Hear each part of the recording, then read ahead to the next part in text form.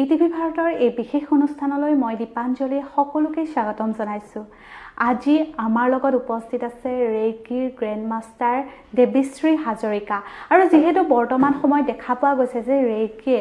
বিশ্বব্যাপী সমাদৰ লাভ কৰিবলৈ সক্ষম হৈছে, আজি আমি ৰেকিৰ বিষয়ে কিছু কথা জানিবলৈ চেষ্টা কৰিম। ৰেকি আচলতে কি হয়, কেনেদৰে ৰেকিৰ দ্বাৰা এগৰাকী ব্যক্তিক সুস্থ কৰা হয় বা ৰেকি আচলতে হয় কি, সেই সম্পৰ্কে আজি এই অনুষ্ঠানৰ জৰিয়তে আমি জানিবলৈ চেষ্টা কৰিম। প্ৰথমে বাইদেউ আপোনাক আমাৰ এই অনুষ্ঠানলৈ স্বাগতম জনাইছো। যেহেতু আপোনাক ৰেকি গ্ৰেণ্ড মাষ্টাৰ বুলি জনা যায়, প্ৰথমতে আপোনাৰ বিষয়ে অকণমান জানিব বিচাৰিম যে আপুনি ৰেকিৰ উপৰিও আপুনি অন্য কিহৰ লগত জড়িত হৈ আছে? হয়, বৰ্তমানটো মোক ৰেকি গ্ৰেণ্ড মাষ্টাৰ বুলি জানে। তাৰ উপৰিও মোৰ নিজৰ বেকগ্ৰাউণ্ডটো হৈছে সাইকোলজি। মই ৰেকিৰ আগতে মই এগৰাকী সাইকোলজি ষ্টুডেণ্ট হয়, আৰু তাৰ উপৰি মই এতিয়া কাউন্সেলিং কৰি আছোঁ আৰু থেৰাপি কৰোঁ। আৰু ৰেকি গ্ৰেণ্ড মাষ্টাৰ হয়, তাৰ লগে লগে এঞ্জেল কাৰ্ড বা আপোনাৰ এঞ্জেল হিলিং, আপোনাৰ নিউমৰলজি যিখিনি বস্তু আছে আৰু ক্ৰিষ্টেল আপোনালোকে জানে চাগে, সকলোখিনি আমাৰ তাত আছে। হয়, যিহেতু বৰ্তমান সময়ত দেখা পোৱা গৈছে যে ৰেকিয়ে বিশ্বব্যাপী সমাদৰ লাভ কৰিবলৈ সক্ষম হৈছে, আচলতে এই ৰেকি হয় কি? বহুতে জানে কিন্তু বহুতে নাজানে, সেই যদি অকণমান কৈ দিয়ে ৰেকিৰ বিষয়ে। ৰেকি হৈছে এটা লাইফ ফ'ৰ্চ এনাৰ্জি, যিটো আমাৰ ইউনিভাৰ্চতে আছে। আৰু ৰেকি মোৰ মতে যদি মই ক'বলৈ যাওঁ, ৰেকি বেলেগ সাংঘাতিক এটা বস্তু নহয়, কিন্তু যদিও মানে ইয়াৰ মহিমা বহুত বেলেগ। সাংঘাতিক বস্তু এইটো কাৰণে নহয়, কাৰণ বহুতে ভয় কৰে ৰেকি শিকিবলৈ, যে মই ৰেকি শিকিবলৈ নোৱাৰিম, মোৰ তাত ইমানখিনি ধৈৰ্য নাই, এইটো বিশ্বাসৰ লগত জড়িত হয়, বা মোৰ ইমানখিনি সময় নাই, বহুত মানে ভয় কৰে। তো সেইটোৰ কাৰণে মই ক'লোঁ একদম সাংঘাতিক বস্তু নহয়। ৰেকি আমি যেনেকৈ গিলাচ এটাত পানী খাওঁ, ঠিক তেনেদৰে বস্তু হয়। ৰেকি আপুনি হয়, ৰেকি মই হয়, ৰেকি আমাৰ দেখি থকা এই পোহৰখিনি হয়, আৰু ৰেকি আমাৰ জীৱনৰ এই আন্ধাৰখিনিও হয়। আৰু ৰেকি কৰিব লাগিবলৈ যে বিশ্বাসৰ দৰকাৰ হয় সেনেকুৱা নহয়, ৰেকি আপোনাক বিশ্বাসৰ ফালে লৈয়ে যায়। আৰু ৰেকি কৰিবলৈ ধৈৰ্যৰ কোনো দৰকাৰ নাথাকে, কাৰণ কিয়, মই নিজে ইমান ধৈৰ্য নাছিল, সেই ব্যক্তিজনৰ ধৈৰ্য আহিছে, মোৰ নিজৰ আহিছে। আৰু মই দেখিছোঁ, যিহেতু মই গ্ৰেণ্ড মাষ্টাৰ হোৱাৰ লগে লগে মই বহুত মানুহখিনি ডিল কৰিছোঁ, তেতিয়া মই গম পাইছোঁ যে নিজে নিজে ধৈৰ্যটো আহে। আৰু এইটো নহয় যে ৰেকি গ্ৰেণ্ড মাষ্টাৰ হ'লোঁ বুলি সকলো জানো, এতিয়াও মই লাৰ্ণিং প্ৰচেছত আছোঁ, ময়ো শিকি আছোঁ। চ' নিজৰ অভিজ্ঞতাৰ পৰা, আনৰ অভিজ্ঞতাৰ পৰা এইখিনিয়ে বুজিলোঁ যে ৰেকি শিকিব লাগে, সকলো শিকিব পাৰে। এটা বয়সৰ সীমা আছে, সৰু বাচ্ছা এটাৰ কাৰণে অসুবিধা হ'ব, কাৰণ কিছুমান বস্তু আমাৰ গোপন হয়, তেওঁ সেইখিনি মেইনটেইন কৰিবলৈ নোৱাৰিব এটা শিশু। বাকী যদি তেওঁ সেইখিনিলৈকে আহি পাইছে যে য়েছ মই এতিয়া পাৰা হৈছোঁ ৰেকি শিকিব, তো সেনে অৱস্থাত ৰেকি সকলোৱে শিকিব পাৰে। আৰু ৰেকি কোনো ৰিলিজনৰ ওপৰত নহয়, হিন্দু, মুছলিম, খ্ৰীষ্টান আমি সকলোৱে ৰেকি কৰিব পাৰোঁ। হয়, আৰু ৰেকিৰ বিষয়ে বাৰু আপুনি জনালে আচলতে ৰেকি কি হয়। আৰু ৰেকিক এইটো ক'ব পাৰোঁ নেকি যে ৰেকি এটা যোগৰে এটা পাৰ্ট হয় বুলি ক'ব পাৰিম? নাই, ৰেকি সম্পূৰ্ণ য়োগাৰ পাৰ্ট নহয়। ৰেকি এটা আমি ক'ব পাৰোঁ মেডিটেশ্যন বুলিয়ে বহুতে কয়,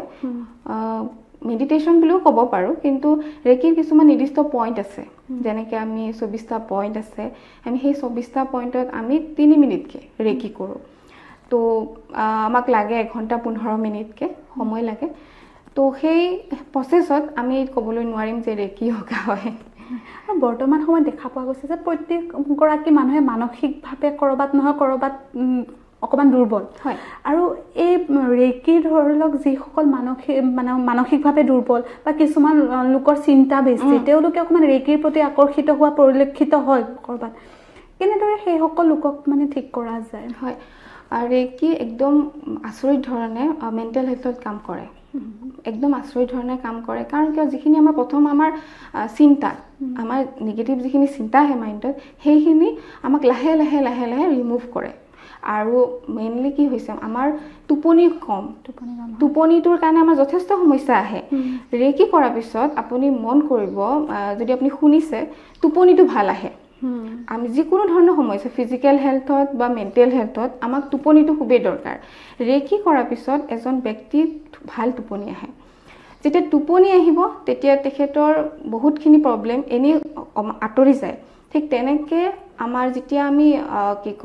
ৰেকি কৰোঁ, তো মানসিক হেল্থত ৰেকিয়ে সাংঘাতিক ধৰণৰ প্ৰভাৱ পেলায় ভাল পজিটিভভাৱে আমাক প্ৰভাৱ দেখুৱায় হয় আৰু দেখা পোৱা যায় যে বৰ্তমান সময়ত সামাজিক মাধ্যম যথেষ্টভাৱে এতিয়া সামাজিক মাধ্যম এক্টিভ হৈ আছে প্ৰত্যেকগৰাকী লোক সামাজিক মাধ্যমৰ লগত জড়িত হৈ আছে কম বেছি পৰিমাণে এই সামাজিক মাধ্যমত কৰবাত দেখা পোৱা যায় যে ৰেকিয়ে হওক বা টেৰো কাৰ্ডেই হওক এটা মন্ত্ৰ দি এটা ৰিলছ বনাই দিয়ে সেই মন্ত্ৰটোৰ দ্বাৰা সামাজিক মাধ্যমৰ সেই মন্ত্ৰটোৰ দ্বাৰা ৰেকি আচলতে কাৰোবাক ভাল উপকাৰ কৰিব পাৰেনে চব নিশ্চয় কৰিব পাৰে কাৰণ কিয় এজন ব্যক্তি যেতিয়া বিপদ এটাত পৰিহে বস্তু এটা চাই হয়নে নহয় কাৰণ তেওঁৰ যেতিয়া সমস্যাটো থাকে যিকোনো ধৰণৰ ব্যক্তি হ'ব পাৰে সমস্যাটো থাকিব তেতিয়া তেওঁ সমস্যাটোৰ পৰা মুক্তি পাবৰ কাৰণে বিচাৰিব যিকোনো ধৰণৰ সমস্যা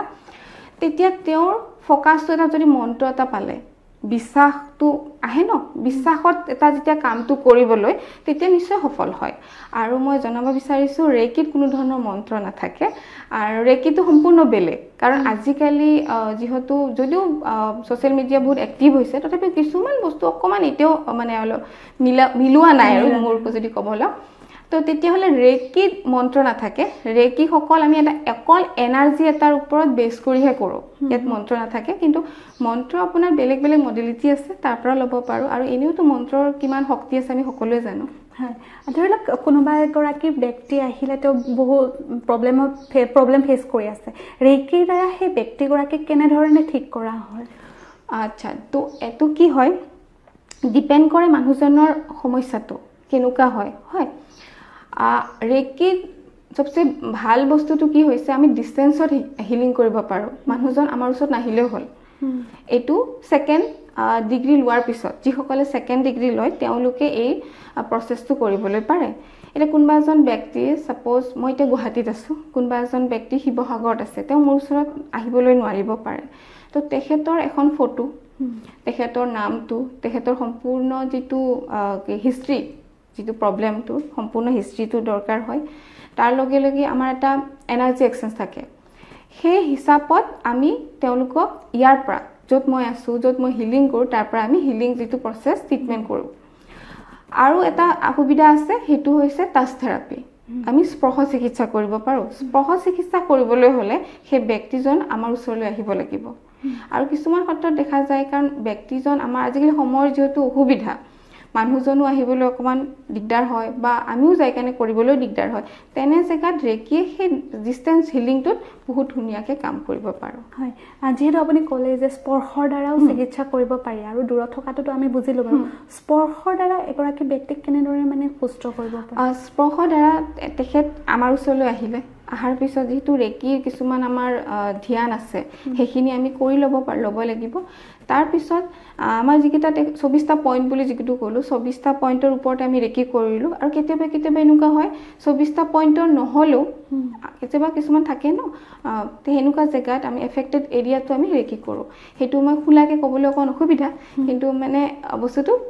টাচ কৰিয়ে আমি ৰেকি কৰিব পাৰোঁ হয় আৰু এনেকুৱা কিবা কথা আছে নেকি যে ৰেকি ডিগ্ৰীটো লোৱাৰ পিছত ধৰি লওক নেক্সট ডিগ্ৰীটোৰ কাৰণে যিখিনি সময়সীমা থাকে সেই সময়সীমাৰ ভিতৰত আমি মাছ মাংস খাব নোৱাৰোঁ নিৰামিষ আহাৰ গ্ৰহণ কৰিব লাগে বা ৰেকি শিকিলেই নিৰামিষ আহাৰ গ্ৰহণ কৰিব লাগিব তেনেকুৱা কিবা কথা আছে নেকি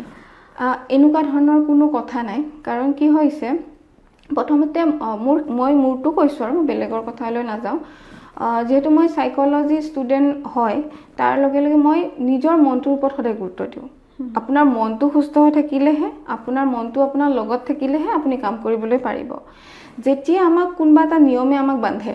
যেনেকৈ কি কয় মাছ মাংস খাব নাপায় এইটো কৰিবলৈ নাপায় নিয়মটোৱে আপোনাক বান্ধি ৰাখিলে হয়নে নিয়মটো বান্ধাৰ লগে লগে কি হয় প্ৰব্লেম এটা আমি ফেচ কৰিলোঁ তেতিয়া আমাৰ নিয়মটো আমাৰ ডাঙৰ নহয় আমি প্ৰব্লেমটো কেনেকৈ পাৰ কৰোঁ সেইটো ডাঙৰ কথা হয় তেতিয়া আমি কি হয় যে য়েছ মই মাছ মাংস এৰিব পাৰোঁ বহুত মই দেখিছোঁ সেইচত ডিপেণ্ড কৰিয়ে কৈছোঁ মাছ মাংস এৰিব পাৰোঁ হয় এৰিলে এৰাৰ পিছত কেতিয়া দেখিলে তেওঁ প্ৰব্লেমটো ঠিকো হ'ল হোৱাৰ পিছত তেওঁ লাহে লাহে এলেহুৱা যিটো আমি শব্দ ইউজ কৰিছোঁ আৰু এলেহুৱা হ'বলৈ লৈ কেনে কি কয় যে মই ৰেকি কৰা নাই এই বহুত এনেকুৱা হয় তেনেকুৱা হয় মানে মাছ খাবলৈ মোৰ এতিয়া মানে পাপ লাগিব যিটো ভাৱ হয় মানে এটা গিল্ট এটা আহে ন ভিতৰত সেই বস্তুটো লয় তো সেইটো হয় কাৰণে কি কৰিব লাগে প্ৰথমতে আমি 21 ডেজটো কি হয় 21 ডেজটো এটা আমাক লাগে সময় যিটো আমাৰ কি কয় এটা অভ্যাসত আনিবলৈ 21 দিন কিহৰ কাৰণে আমাৰ অভ্যাসটোলৈ আনিবলৈ আৰু কি কয় 22 দিনৰ পিছত আমাৰ এনে অভ্যাসত পৰিণত হ'ব বস্তুটো হেতুৰ কাৰণে এই টাইমটো মানে কি এই টাইমটোত ৰেকি এটা ঊৰ্জা শক্তি হয় হয়নে ঊৰ্জা শক্তিটো লোৱাৰ লগে লগে মানুহজনৰ কিছুমান পুৰণা বেমাৰ উগ দিব পাৰে পুৰণা বেমাৰ উগ দিব পাৰে সেইটোৰ কাৰণে কি হয় যে ইয়েস মাছ মাংস নাখাব কাৰণ গৰম বস্তু হয় না সব গৰম গৰম মিলি গলে অকমান অসুবিধা হ'ব পাৰে সেইটোৰ কাৰণে মানা কৰা হয় কিন্তু কিছু মানে কি হয় যে সেই যে মানা কৰিছে সেই মানাটো কৰাৰ কাৰণে ৰেকি কৰিবলৈ টান পায় তো এই মানা কৰাৰ কাৰণে যে ইমান ধুনীয়া বস্তু এটা নাপাব সেইটো নহয় মোৰ মতেদি যদি কয় বস্তুটো আপুনি ৰেকিটো শিকি লওক ৰেকি আপোনাক বনাই ল'ব এদিন আপোনাক ৰেকিয়ে বনাব হেখিনি বিশ্বাস আপুনি ৰেকিৰ ওপৰত কৰিব পাৰে হেখিনি বিশ্বাস আপুনি নিজৰ ওপৰত কৰিব তাৰ পিছত লাহে লাহে যে মাছ মাংসৰ যেটো নিয়ম আপুনি নিজে গম পাব কাৰণ ইনটিউশন পাৱাৰটো আমাক নিজে হেল্প কৰিব যে একচুয়ালি 21 ডেজ কিহৰ কাৰণে আছিল একচুয়ালি কাৰণ কি সকলোৰে নিয়ম বেলেগ বেলেগ হয় কিন্তু আমাৰ নিজৰো নিয়ম থাকে ন কিছুমান সেইবিলাকৰ ওপৰত আমি সদায় ফোকাস কৰিব লাগে আৰু এটা ৰেকি ডিগ্ৰী লবৰ কাৰণে কিমান দিনৰ প্ৰয়োজন হয় আমাৰ ফাৰ্স্ট ডিগ্ৰী পৰা সেকেন্ড ডিগ্ৰী কাৰণে আমাৰ 21 ডেজ লাগে সেকেন্ড ডিগ্ৰী পৰা থাৰ্ড ডিগ্ৰী পাবৰ কাৰণে 9 মাহ লাগে এতিয়া থাৰ্ড ডিগ্ৰী পৰা মাষ্টাৰ হ'বৰ কাৰণে আমাক ইউনিভাৰ্সিটি আমাক গাইড কৰিব যে তেখেত মাষ্টাৰ হ'ব পৰা হৈছে নে নাই মাষ্টাৰশিপৰ পৰা আপোনাৰ গ্ৰেণ্ড মাষ্টাৰ হ'বলৈ সেম একেখিনি যে ইউনিভাৰ্সিটি গাইড কৰিব যে তেওঁ ল'ব পৰা হৈছে নে নাই তো আপোনাৰ তো এটো বেস কৰে কাৰণ এটো সম্পূৰ্ণ সাধনা হয় আজি কৰিছো মানে মই সাৰ্টিফিকেট গুটালে নহব হয় এটো আপোনাৰ নিজৰ ধৈৰ্য কিমান আছে কাৰণ সম্পূৰ্ণ ধৈৰ্যৰ ওপৰত বেস কৰে ন ধৈৰ্য আপোনাৰ সাধনা আপুনি সময় দিব লাগিব কাৰণ প্ৰত্যেকটো সময়ৰ মাদকতা বেলেগ প্ৰত্যেকটো সময় এটা হুকিয়া তাৰ অনুভৱটো বেলেগ হয় সো আমি হেতু ওপৰত বেস কৰিব লাগে আৰু ধৰিলক কোনোবা শিকিব বিচাৰে তেওঁলোকে কেনে ধৰণে কাৰণ এতিয়া বৰ্তমান সময় দেখা পোৱা গৈছে যে প্ৰত্যেক 10 জনৰ ভিতৰত এজন ৰেকি মাষ্টাৰ কাৰ ওচৰত শিকিব এটো এক প্ৰকাৰ ভাল হৈছে কাৰণ কিয় যিমান মানে বস্তুটো তেতিয়া আমি এটো বুজিবলৈ ল যে ইয়েস ৰেকি আজি আমি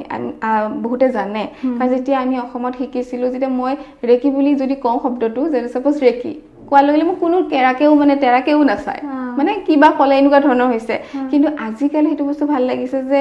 অসমত মানে জানে সবে জানে হেনুকা হৈছে কিন্তু তাৰ লগে লগে এটা সমস্যাও হৈছে কাৰণ কি আজিকালি দেখা গৈছে কি কয় যে 3 মাহত 6 মাহতো গ্ৰেণ্ড মাষ্টাৰশিপ লোৱা দেখা পাইছো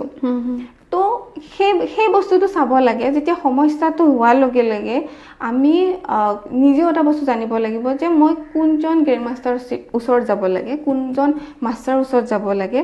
সেই বস্তুটো নিজে সাৰ্চ কৰিব লাগে কাৰো কথা শুনিবলৈ নালাগে নিজৰ মনটোৰ কথা শুনিব লাগে যে ইয়েস এই মানুহজনৰ তাত বা এই মানুহজনী তাত গলে মোৰ প্ৰবলেমটো সলভ হ'ব নিজৰ মনটোৰ কথা শুনিব মনে যাক গাইড কৰে তেওঁৰ ওচৰত গলেই হ'ল হয় শেষত আমাৰ অনুষ্ঠান শেষ হ'ব হৈছে আৰু শেষত এটা প্ৰশ্নৰে শেষ কৰিব বিচাৰিছো যে বৰ্তমান সময়ত দেখা পোৱা যায় বহুতে কয় যে ৰেকি শিকিছো বা ৰেকি গ্ৰেণ্ড মাষ্টাৰ গৰাকীক লগ পাইছো মোক এখিনি ক্ৰিষ্টেলছ পিন্ধিব দিছে আৰু ক্ৰিষ্টেলছৰ দ্বাৰা ধৰক মানি আহিব শান্তি তেনেকুৱা ধৰণৰ ভিন্ন ধৰণৰ ক্ৰিষ্টেলছ আছে এই ৰেকি আৰু ক্ৰিষ্টেলছৰ মাজৰ সম্পৰ্কটো কেনেকুৱা ধৰণৰ যদি আমি চাবলৈ যাওঁ ৰেকি আৰু ক্ৰিষ্টেলৰ মাজত সম্পৰ্ক এটাই হেতু হৈছে এনাৰ্জি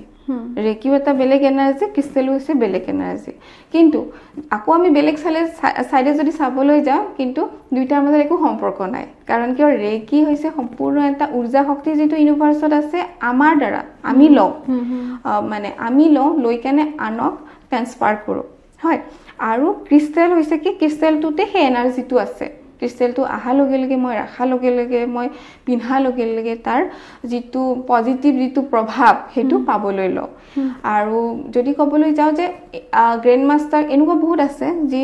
গ্ৰেণ্ড মাষ্টাৰ মই খুলাকে কৈছো যে এতিয়াও ক্ৰিষ্টেল নিদিয়ে হয় এটো নিদিয়ে মানে কি যে কি কয় তেও হেতু বিশ্বাস কৰা নাই বা তেও হেতু এয়া কৰা নাই কিন্তু হেতু যে ৰং হয় হেতু নহয় তেও জায়গা তেও ৰাইট হয় জুনে ক্ৰিষ্টেল দিছে তেও জায়গাটো তেও ৰাইট হয় তো হেতু আজিকালি বস্তুটো মিল হৈ গৈছে কিন্তু ক্ৰিষ্টেলটো সদায় বেলেগ আৰু ৰেকি সদায় বেলেগ হয় ধন্যবাদ বাইদেউ, ইমানখিনি সময় আমাক দিলে আৰু ৰেইকিৰ বিষয়ে আমাক বহুখিনি কথা আজি এই অনুষ্ঠানৰ জৰিয়তে জনালে। আৰু এই অনুষ্ঠানৰ জৰিয়তে আজি আমি দৰ্শকসকলক জনাবলৈ চেষ্টা কৰিলোঁ যে ৰেইকি আচলতে হয় কি, ৰেইকিৰ দ্বাৰা কেনেদৰে এগৰাকী লোকক সুস্থ কৰিব পাৰি বা কেনেধৰণে ৰেইকি ডিগ্ৰী এগৰাকী লোকে গ্ৰহণ কৰিব পাৰে। আজিলৈ ইমানেই, লগ পাম অন্য এটা খণ্ডত, তেতিয়ালৈকে ধন্যবাদ।